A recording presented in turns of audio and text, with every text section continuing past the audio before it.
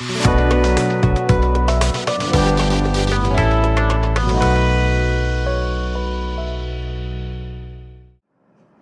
मित्रांनो, साहेबांच्या देशात सद्गुण विकृती नाही. महाराष्ट्रात जशी सद्गुण विकृती दिसते, काही जणांना वाटतंय पंतप्रधान नरेंद्र मोदींनाही सद्गुण विकृतीचा एक आजार जडलाय की काय.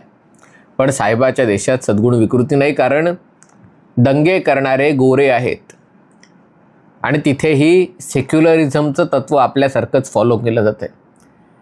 7 दिवस झाले ब्रिटन पेटून उठलेलं आहे. अनेक शहरांमध्ये दंगे सुरू आहेत. आपल्याला आठवत असेल, या सगळ्याची सुरुवात साऊथपोर्ट या शहरात 3 लहान मुलींना, एक टेलर स्विफ्ट नावाची गायिका आहे, पॉप सिंगर आहे, तिच्या फॅन होत्या 7, 8, 9 वर्षाच्या मुली. त्यांना भोसकण्यात आलं आणि त्यांचा मृत्यू झाला आणि बातमी पसरली की हे करणारे मुसलमान आहेत.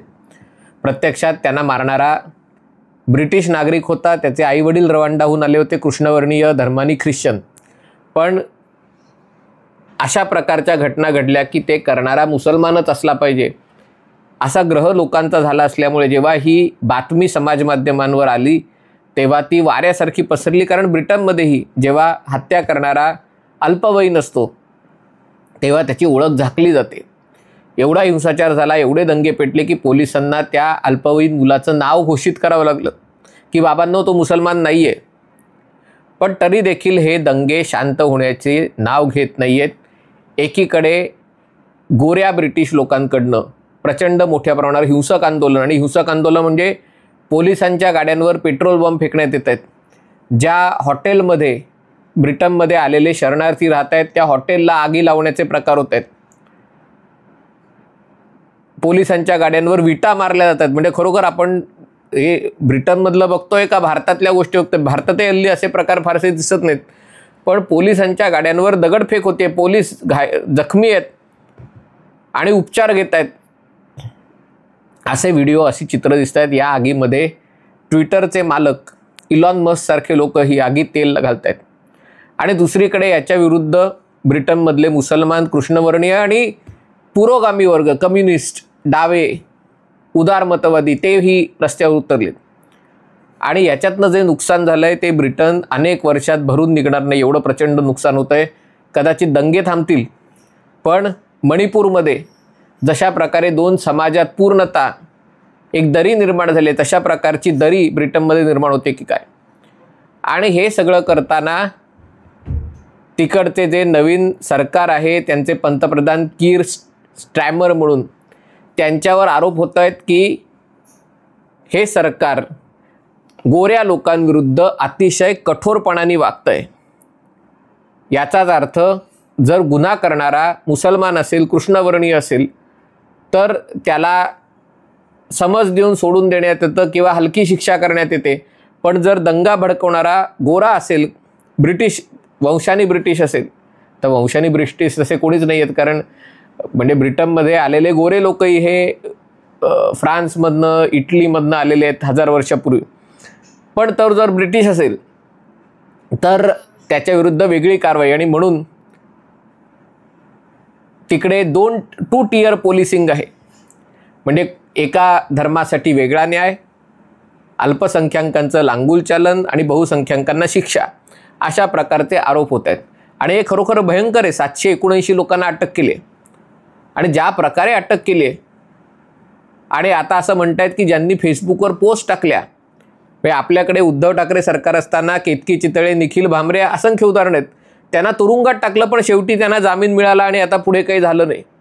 पण ब्रिटनमध्ये त्यांना 10-10 वर्ष, अर्थात त्यांचे गुन्हे, या सगळ्या लोकांनी फक्त सरकारविरुद्ध टीका करणारी पोस्ट केली होती. ब्रिटनमध्ये असा आरोप आहे की त्यांनी दंगे भडकवण्याच्या पोस्ट केलेत, लोकांना रस्त्यावर उतरायला उद्युक्त केलेलं आहे.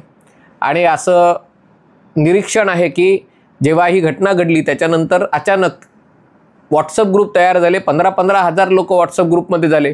आणि लवकरच या व्हॉट्सअप ग्रुपची चर्चा सगळी की या लोकांना कसा धडा शिकवायचा, कशा प्रकारे रस्त्यावर उतरून आंदोलन करायचं, पोलिसांवर हल्ला करायचा, याची सगळी चर्चा सुरू झाली. आणि त्यामुळे तिथेही पोलीस आता ड्रोनच्या साहाय्याने जे फुटेज मिळतं आहे, ज्याच्या कोणाच्या हातात वीट आहे, कोण पेट्रोल बंब फेकताना करतोय, त्यांना 10-10 वर्ष तुरुंगात टाकायचा योजना, त्यांच्यावर तशा प्रकारची कठोर कारवाई करण्यात आली, कलम लावलेले आहेत आणि त्याच्यामुळे देश आणखीन पेटलाय. मग या सगळ्या कहाण्या आणि या कहाण्या ऐकून खरोखर थक्क व्हायला होतं. या सगळ्या कहाण्या काही आजच्या नाही आहेत, पण यातल्या काही गोष्टी तर मलाही आठवत आहेत. मला आठवतं म्हणजे जेव्हा ब्रिटनमध्ये बॉम्बस्फोट झाला होता 11 जुलै, बहुतेक 7/11 असं म्हणतात, 11 जुलै 2005 का वगैरे त्या आसपास, त्याच्या आसपास इराक युद्ध आणि अफगाणिस्तान युद्धाच्या विरोधात ब्रिटनमध्ये मुख्यतः मुस्लिम धर्मीय आंदोलन करत होते. आणि या आंदोलनाच्या दरम्यान अनेक आंदोलकांनी सुसाईड बॉम्बर, आत्मघाती हल्ला करणाऱ्यासारखा त्याच्यासारखी वेशभूषा केली होती की माझ्या मनात आलं तर मी स्वतः ह्युमन बॉम्ब होईल आणि काहीतरी उडवून टाकीन. आणि अशा लोकांवर कोणतीही कारवाई करण्यात आली नव्हती, कारण हे सगळं अभिव्यक्ती स्वातंत्र्य आहे. म्हणजे मी काही स्वतः बॉम्बस्फोट करणार नाही आहे, पण मी फक्त मला बॉम्बस्फोट करायचा आहे अशी वेशभूषा करणार आहे. अशा प्रकारची पुरोगामी संस्कृती तेव्हा ही, अर्थात 2005ची गोष्ट आहे, आता का 2007ची गोष्ट आहे, आता काय परिस्थिती आहे मला माहिती नाही. पण अशा गोष्टी एवढ्या सगळ्या पुढे येत आहेत आणि त्याला म्हटलं जातं की 2 tier पोलिसिंग. कालच एक गोष्ट प्रसिद्ध झाली की ब्रिटनमध्ये एका मुस्लिम मुलांनी 13 वर्षीय मुलीवर बलात्कार केला आणि तिथलं जे न्यायालय होतं त्यांनी त्याला तुरुंगात पाठवलं नाही, कारण तुरुंगात त्यांनी भूमिका मांडली की मी ज्या देशातनं आलोय, कारण तो शरणार्थी होता, त्याचं कुटुंब दुसऱ्या देशातनं आलेलं, त्यांनी भूमिका घेतली की मी ज्या देशातनं आलोय तिथे अशा 13 वर्षांच्या मुलींची शरीर संबंध हे करणं किंवा त्यांच्यावर, याला बलात्कार मानतच नाहीत, मला हे माहीतच नव्हतं असं आहे ते. आणि कोर्टाने त्याचं म्हणणं मान्य केलं की अरे हो बरोबर आहे, तू ज्या देशातनं आलास, इराक, सिरिया, अफगाणिस्तान, कुठून, तिथे हे गुन्हा नाहीच आहे आणि त्यामुळे ही आमची चूक झाली, आमची जबाबदारी होती की कायद्याने तुला शिकवणं की बाबा हे तू ज्या देशात आलायस, बेकायदेशीर म्हणून आलायस, शरणार्थी म्हणून आलायस, पण इथे वेगळे कायदे आहेत आणि इथे काय कायदे आहेत हे तुला सांगायला आम्हीच कमी पडलो. अशा प्रकारची भूमिका आपल्या महात्मा गांधींनी खिलाफत आंदोलनाच्या वेळेला घेतली होती. तिथेही हिंसाचार झाला होता, मोपल्यांनी कत्तली केल्या होत्या आणि तेव्हा doctor Babasaheb Ambedkar, doctor Annie Besant सगळ्यांनी महात्मा गांधींना विनवणी केली की हे काय चालू आहे, खिलाफतच्या नावावर, हिंदू मुस्लिम एकतेच्या नावावर तुम्ही एक चळवळ उभी करताय आणि अशा प्रकारचा अत्याचार होतोय. तर तेव्हा देखील त्यांनी दोष ब्रिटिशांवर टाकला की काँग्रेसच्या नेत्यांना मलबारमध्ये जाऊन तिथल्या मोपला लोकांना, मुसलमान लोकांना सर्व धर्म समभाव आणि हे सगळं काय आहे ते शिकवायची संधी ब्रिटिशांनी काँग्रेसला दिली नाही आणि त्यामुळे याच्यासाठी ब्रिटिश लोक जबाबदार आहेत. म्हणजे जे हिंसाचार करतात ते जबाबदार नाही आहेत, पण ब्रिटनचं सरकार याच्यासाठी जबाबदार आहे कारण त्यांनी आम्हाला तिथे जायची संधी दिली. म्हणून म्हटलं की हे अशा प्रकारची सद्गुण विकृती भारताला 100 वर्षापासून, कदाचित त्याच्याही आधीपासून माहिती आहे.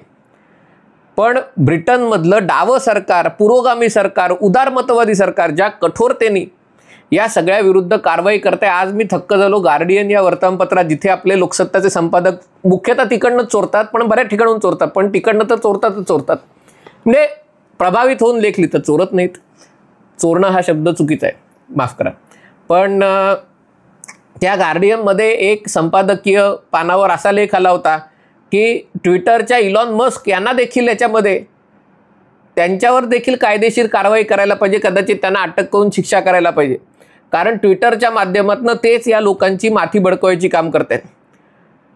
पण याच्यामध्ये आता मिस्टर बीन सारखे लोकही याच्यामध्ये उतरलेले आहेत. त्यांना असं वाटतं की अभिव्यक्ती स्वातंत्र्याची गळचेपी होते, म्हणजे त्यांचा या हिंसाचाराला समर्थन नाही आहे, पण कोणी फेसबुकवर पोस्ट टाकली म्हणून त्याला अटक करण्याचं जर काम होत असेल तर हे हिंसाचाराला तुम्ही म्हणजे अभिव्यक्ती स्वातंत्र्याची गळचेपी करताय असं या ॲटकिन्स, त्याचं नाव विसरलो, रोलँड ॲटकिन्स का काहीतरी, पण त्या मिस्टर बीन म्हणूनच तो ओळखला जातो, त्यांनी देखील भूमिका घेतली. आणि थोडक्यात काय तर ब्रिटन हा देश पूर्णपणे विभागला गेलेला आहे. याच्यातनं 2 धडे आहेत. पहिली गोष्ट, जरी उदारमतवादी सरकार असलं, डावं पुरोगामी सरकार असलं तरी सद्गुण विकृती दाखवत नाहीत. सद्गुण विकृती अशा वेळेला दाखवायची नसते, हे ब्रिटिशांना चांगलं माहिती आहे. दुसरा धडा, हे जे ब्रिटनमध्ये होतं आहे हे फक्त ब्रिटनपुरतं मर्यादित नाही आहे. जगात सगळीकडे अशा प्रकारचा अंडर करंट आहे, कारण महागाई आहे, बेकारी आहे, एक अस्वस्थता आहे आणि या अस्वस्थतेला काय ट्रिगर होईल, कधी ट्रिगर होईल काय सांगता येत नाही. पण जेव्हा ते ट्रिगर होईल तेव्हा जो हिंसाचार होताना दिसतोय, बांगलादेशमध्ये दिसला, ब्रिटनमध्ये, अमेरिकेत, आपण या सगळ्या गॅसच्या खूप जवळ आहोत. सुदैवाने पंतप्रधान नरेंद्र मोदींच्या खंबीर नेतृत्वामुळे आत्तापर्यंत परिस्थिती शांत आहे, स्थैर्य आहे. आपल्याला त्याचं काही वाटत नाही. आपल्याकडे अनेक लोक मजा घेत आहेत, अरे वा, यांना असंच व्हायला पाहिजे, ब्रिटिशांनी आपल्यावर राज्य केलं, त्यांनाही असंच भोगायला लागलं पाहिजे. पण आपण ह्या सगळ्या आगीच्या खूप जवळ आहोत आणि या सगळ्या गोष्टींवर जर आपण लक्ष ठेवलं नाही, आपल्या पोलीस सुरक्षा यंत्रणांनी लक्ष ठेवलं नाही की कुठल्या गोष्टीतनं काय होईल आणि कशा प्रकारे समाज माध्यमांचा, इंटरनेटचा वापर करून, यूट्यूबचा वापर करून, ट्विटरचा वापर करून या सगळ्या दंगेखोरांमध्ये संदेशवहन होतं, योजना बनवल्या जातात, हल्ले केले जातात, या सगळ्याचा डोळ्यात तेल घालून अभ्यास करायची गरज आहे. कारण हे कधी आपल्या दाराशी येईल सांगता येत नाही. परिस्थिती स्फोटक आहे आणि त्यामुळे या सगळ्या गोष्टींकडे नीट लक्ष द्यायला पाहिजे, त्याचा अभ्यास केला पाहिजे, त्याच्यावर लक्ष द्यायला पाहिजे. आपल्याकडे अशा प्रकारचे इच्छा कोण व्यक्त करतंय, काय प्रकार करतंय, न्यायालय काय करतंय. बांगलादेशमध्ये हे सगळं आंदोलन सुरू झालं, कशामुळे सुरू झालं? बांगलादेश उच्च न्यायालयाने निकाल दिला आणि त्याच्यातनं हे सगळं सुरू झालं. आणि त्यामुळे रात्र वैर्याची आहे, कोणावर शंका घ्यायची कारण नाही, कोणावर संशय व्यक्त करायचं कारण नाही. पण सगळ्यांवर लक्ष ठेवणं आवश्यक आहे. कारण या देशाची, भारताची जी प्रगती होते ती अनेकांना सहन होत नाही आहे आणि त्यात खीळ घालण्याचा प्रयत्न करण्यासाठी टपलेले अनेक जण आहेत. फक्त पाकिस्तान आणि चीन नाही आहेत, अनेक जण आहेत. देशातले आतलेही आहेत, बाहेरचेही आहेत. त्यांना हे कळत नाही आहे की आपल्याला सत्ता मिळवण्यासाठी आपण जे चाळे करतोय त्यातनं सत्ता कदाचित मिळेलही, सांगता येत नाही. पण जर देश पेटून उठला तर तो शांत होणार नाही आहे. आणि त्यामुळे सरकारची वेगळी जबाबदारी आहेच आहे, पण आपली पण नागरिक म्हणून जबाबदारी आहे की अशा प्रकारच्या गोष्टी, चिथावणीखोर गोष्टी जर काही होताना दिसल्या तर त्याची दखल घेणं आणि त्या योग्य ठिकाणी पोचवणं आणि त्या योग्य ठिकाणी पोचवल्यावर त्या लोकांनी आत्तापर्यंत दाखवतोय तशी सद्गुण विकृती न दाखवता त्याच्यावर कठोर कारवाई करणं, एवढीच अपेक्षा आहे. हा व्हिडिओ आपल्याला आवडला असेल तर कृपया लाईक करा, शेअर करा आणि हे चॅनल सबस्क्राईब करा, एवढीच विनंती आहे. तुर्तास इथेच थांबतो. पाहत रहा MH48.